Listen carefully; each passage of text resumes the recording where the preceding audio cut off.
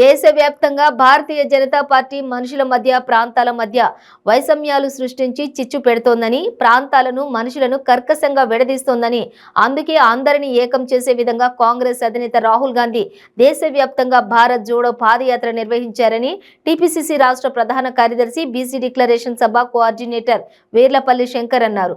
షాద్నగర్ పట్టణంలోని కాంగ్రెస్ పార్టీ పట్టణ అధ్యక్షుడు కె చెన్నయ్య ఆధ్వర్యంలో భారీ ఎత్తున ర్యాలీ నిర్వహించారు.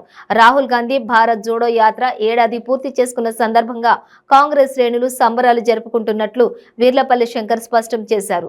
ఈ సందర్భంగా స్థానిక కేశంపేట చౌరస్తాలో ఇందిరాగాంధీ విగ్రహానికి పూలమాలలు వేసి నివాళులు అర్పించిన అనంతరం ర్యాలీని ప్రారంభించారు. అదేవిధంగా ర్యాలీతో బయలుదేరి పట్టణ చౌరస్తాలో అంబేద్కర్ విగ్రహానికి పూలమాలలు వేసి నివాళులు అర్పించారు.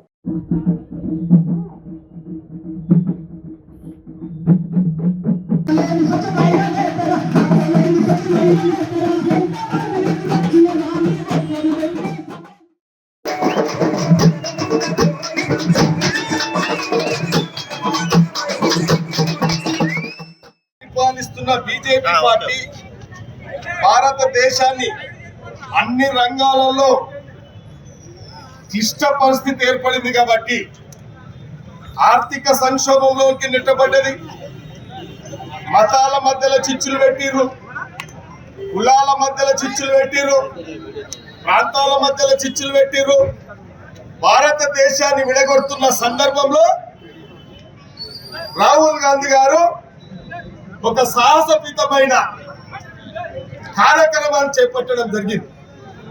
గత సంవత్సరం సెప్టెంబర్ 7న కన్యాకుమారి నుంచి కాశ్మీర్ వరకు ఎండనక వాననక చలనక ధూళి దుమ్ము ఎన్నిటికైనా ఓర్చి ప్రతి వర్గాన్ని చిన్న పెద్ద అనకుండా, పేద ధనిక అనకుండా, ప్రతి మతం, ప్రతి కులం, ప్రతి మసీదు, ప్రతి చర్చి, ప్రతి